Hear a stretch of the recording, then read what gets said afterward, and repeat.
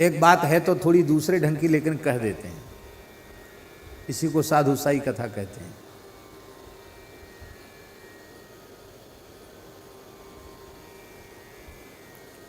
एक महात्मा ने पूछा महाराज जी से,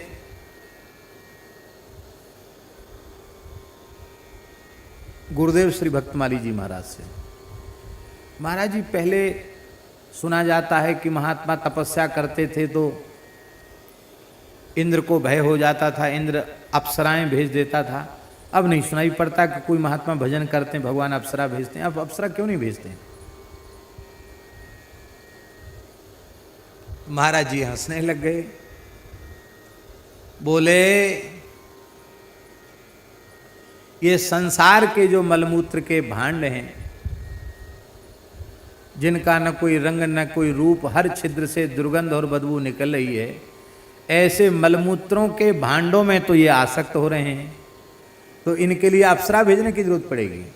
महाराज जी कहते थे जब उनका भजन इतना ऊंचा उठ जाता था कि संसार का कोई भी उत्तम से उत्तम, सुंदर से सुंदर रूप जब उनको अपनी ओर आकृष्ट नहीं करने में समर्थ होता था, तब देवता समझते थे कि धरती के तो किसी लोभ लालच में फंस ही नहीं रहा है, और ये भजन करेगा तो इतना आगे बढ़ जाएगा कि हम तो बहुत नीचे रह जाएंगे, तो चला जाएगा पूरा सप्तावरण भेद करके मोक्ष को प्राप्त हो जाएगा। वो विघ्न करते हैं, तब अप्सरा भेजते हैं। अब अप्सरा भेजने की जरूरत नहीं है, क्योंकि मन में त्याग वैराग्य का अभाव है, और जिनका वैराग्य ऐसा है कि संसार का कोई भी उत्तम से उत्तम रूप, रसगंध, शब्द, स्पर्श उन्हें अपनी ओर आकृष्ट नहीं कर पाता है, ऐसा जब उनका वैराग्य हो जाता है, तो ऐसे महात्माओं के लिए भी अप्सराएं कलयुग में आई हैं। संत श्री कबीरदास जी के लिए अप्सरा आई, संत श्री मलुकदास जी के लिए भी अप्सरा आई। माया ही अप्सरा बन के आई, और कोई अप्सरा इंद्र ने नहीं भेजी, माया ही अप्सरा का रूप धारण करके आई। और जब माया अप्सरा का रूप धारण करके आई और कबीरदास जी महाराज भजन करते रहे, उनका कोई आकर्षण ही मन में नहीं हुआ। परम सुंदरी साक्षात माया अप्सरा बन करके आई, नाचती रही, बहुत देर तक गाती रही। कबीरदास जी अब बेचारी कहाँ तक गाए नाचे, थक गई। कबीरदास जी बोले कि कहो देवी, काहे को परेशान हो रही हो? बोले आपके भजन के फल के रूप में मैं आपके निकट आई हूं, आप मुझे स्वीकार करो। कबीरदास जी हंसने लगे, बोले देखो देवी, तुम कान खोल के सुन लो, एक न्यात तू माए लगत है, एक न्यात तू मौसी। एक नाते से तू मेरी माँ लगती है, और एक नाते से तू मेरी मौसी लगती है। तो मैं यदि माँ है तो भी तेरे चरणों में प्रणाम करता हूँ, और यदि मौसी लगती है तो भी चरणों में प्रणाम करता हूँ। बोली अरे मैं अप्सरा हूँ, ऐसा तो आज तक मुझे किसी ने नहीं कहा कि मैं माँ हूँ या मौसी हूँ। माँ कैसे हूँ और मौसी कैसे हूँ? तब श्री कबीरदास जी ने कहा कि साधुओं की तो दृष्टि ही ऐसी होती है, वे नारी मात्र में जगन माता श्री जानकी जी का दर्शन करते हैं। विद्या समस्तास्तव देवी भेदा, स्त्रियः समस्ता सकला जगत्सु, त्वयि कया पूरित मम्बयि तत्, काते स्तुति स्तव्य परा परोक्ति। सारी संसार की स्त्रियां भगवती जगदम्बा का ही स्वरूप हैं, माता है। इसलिए महापुरुषों ने कहा है सर्वोच्च ब्रह्मचर्य का पालन क्या है? नारी मात्र में जगन माता का दर्शन करना, ये सबसे श्रेष्ठ ब्रह्मचर्य है। इससे बड़ा ब्रह्मचर्य और कोई दूसरा नहीं है, नारी मात्र में माता का दर्शन करना। और एक बात बड़े रहस्य की हम आपसे बताना चाहते हैं, यदि बिना विवाह के घर छोड़ दिया, साधु हो गए हैं, तो यदि वो चाहे तो 12 वर्ष के बाद एक बार अपनी जन्मदात्री माता से भिक्षा लेने के लिए जा सकता है। ऐसा नहीं कभी 12 महीना भी बाबा जी बने नहीं हुआ, चले गए, लाओ घर में ही रोटी खाने लगे, ऐसा नहीं। साधु वेश, ऐसा पूज्य महाराज जी बताते थे, खाक चौक वाले महाराज जी, 12 वर्ष के बाद एक बार चाहे तो, आवश्यक नहीं, चाहे तो एक बार अपनी माता के हाथ से भिक्षा लेने जा सकता है। क्यों जाए? अब माताएं कैसी होती हैं? एक राजस्थान के गांव में शोभा यात्रा निकली। गांव था, मैं छोटा गांव, हमारे महाराज जी भी थे वहाँ, 12 घाट वाले महंत जी थे। तो गांव के लोगों ने ट्रैक्टर की ट्राली में जो इसके बेंत के मूड़ा होते हैं ना, मूड़ा, कुर्सी मूड़ा, वो रख दिए। एक मूड़ा पे हम बैठ गए, एक मूड़ा पे 12 घाट वाले महंत जी बैठ गए। और महाराज जी तो नहीं गए थे, हम लोग गए शोभा यात्रा में, और बाकी महात्मा लोग ट्रॉली में बैठ गए। एक गुजर घर की एक मैया, बड़ी बूढ़ी, वो आई। तो लोग, गांव के लोग स्वागत कर रहे थे, प्रणाम करने ट्रॉली में चढ़ के आते थे। तो आते ही वो दोनों हमारे और महंत जी के शरीर पे हाथ फिरा फिरा के रोने लगी, और रोते रोते वो अपनी भाषा में कुछ कह रही थी, हम तो नहीं समझ पाए। तो मैंने महंत श्री राम प्रवेश दास जी से कहा, मैंने कहा क्या कह रही है? वो वहाँ रहते थे तो वहाँ की भाषा वो बोल भी लेते हैं, वहाँ भाषा समझते भी हैं। उन्होंने कही, वो ये कह रही कि इसको पता चला होगा कि ये 2 भाई थे, और दोनों ही बोले हम थोड़े नाटे कद के हैं, आप भी थोड़े लंबे ऊंचे हैं, पर मोटे तो दोनों ही हैं। तो ये मैया रोते हुए ये कह रही है कि बताओ, 2 ही तो छोरा घर में है और 2 ही बाबा जी बन गए, मैया को कहा हो तो है। वो मैया के दुख की याद करके ये रो रही है। लो, अब उसके बेटा तो हम नहीं है, लेकिन वो सुनी सुनाई बात किसी ने कह दी। 12 घाट वाले महंत जी 2 भाई नहीं, वो अपने मैया बाप के अकेले हैं, अकेली संतान है अपने माता पिता की। उनके गृह त्याग के बाद उनका चचेरा भाई ही सब संभालता है, उसी ने सब किया काम, स्वयं तो अपने मैया बाप के अकेले हैं। पर ऐसी गामन में लोगों को पता चल जाए महाराज कितने भाई, बोले इतने भाई हैं, ऐसे किसी ने कह दिया होगा। तो वही उस मैया के दिमाग में घुसी थी, वो रो रही थी कि बताओ मैया का क्या होता होगा, दोनों को दोनों छोरा बाबा जी हो गए।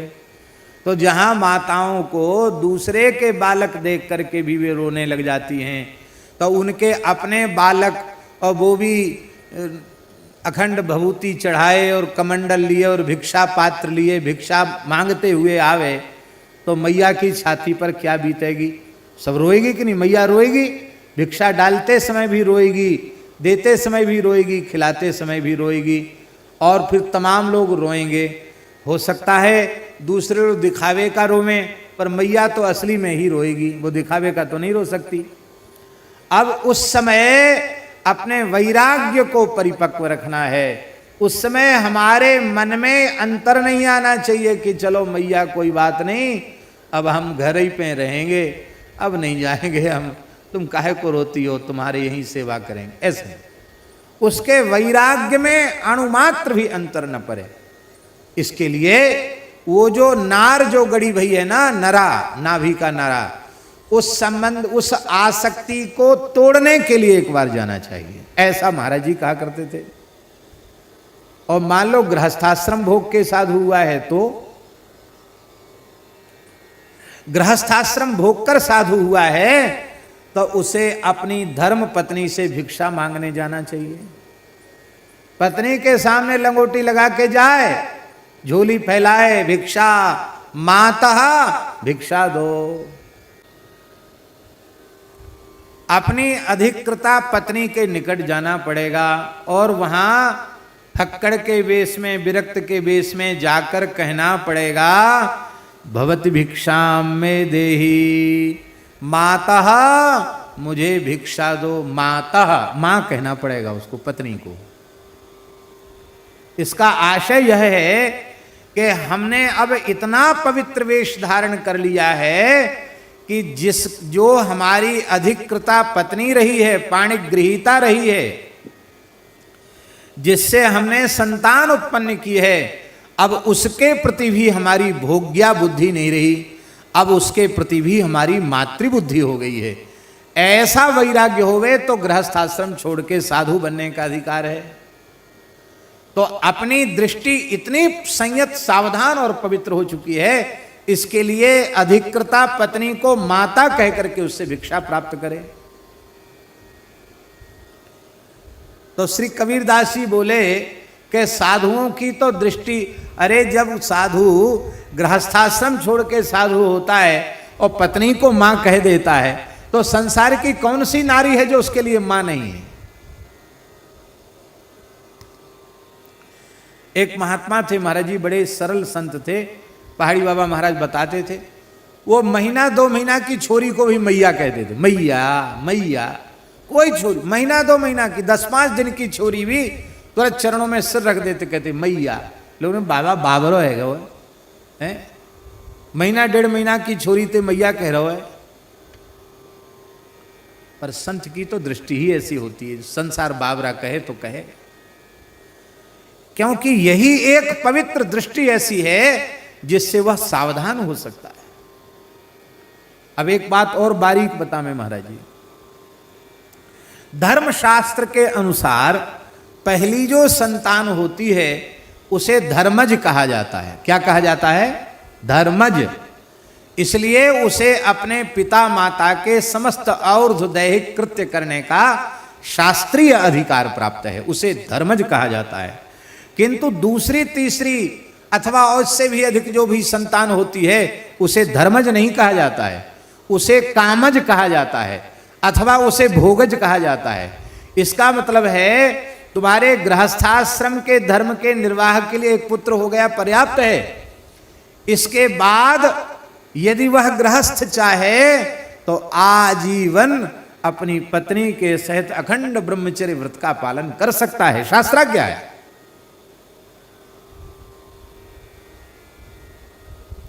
क्योंकि उसको वेद में जाया कहा गया है। जाया, जाया माने सबके अलग अलग संज्ञाएं हैं।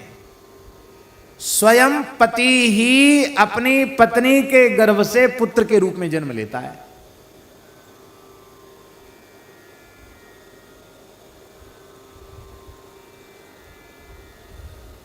और असौ ज्यायान भवति जायमानः, जायमानः उसी से जाया बना है। जायमानः, पति ही जायमान होता है इसलिए उसको जाया कहते हैं। अब विचार करो आप, एक बार पति ही गर्भ से उत्पन्न हो गया तो धर्म की अत्यंत सूक्ष्म दृष्टि से वह क्या हो गई बोलो?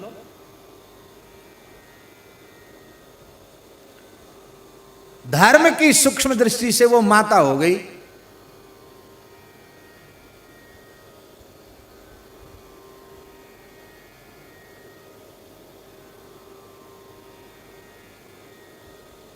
आप लोग कहेंगे ऐसे तो कोई दिखाई नहीं पड़ेंगे, ऐसे हैं महानुभाव। हाँ, परम पूज्य स्वामी श्री करपात्री जी महाराज ने इस प्रकार का वक्तव्य वाराणसी में दिया था। और वर्तमान में गीता प्रेस के संपादक परम भक्त हृदय, बड़े सनातन धर्म के निष्ठावान एक व्यक्तित्व श्री राधे श्याम जी खेमका, इनके पिताजी थे श्री सीताराम जी खेमका। उन्होंने एक राधे श्याम खेमका के जन्म के बाद अपनी पत्नी के साथ जीवन पर्यंत ब्रह्मचर्य व्रत का पालन किया। त्रिकाल संध्या करते थे, नित्य तर्पण करते थे, नित्य बलवई सुदेव करते थे, पंचमहायज्ञ करते थे वैसे होकर के।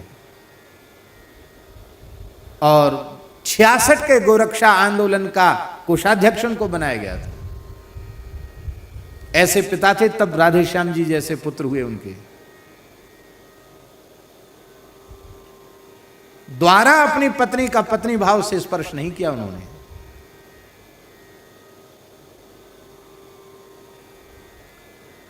ये खोमचे की दुकान थोड़ी है भगवत प्राप्ति, चना चवेना थोड़ी है। चलो चलो सब कोई कहे, पहुँचे बिरला कोय, एक कंचन एक कामनी दुर्गम घाटी दोय।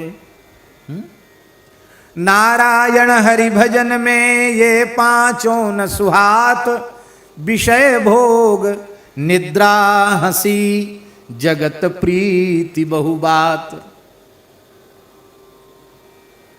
अब यूं भी सब अपना समय बर्बाद भी करते रहो और बोले हमको भगवान मिल जाए। क्या गर्ज पड़ी है भगवान की तुमको? तुम्हारा उनका क्या काम अटक रहा है तुमसे मिले बिना?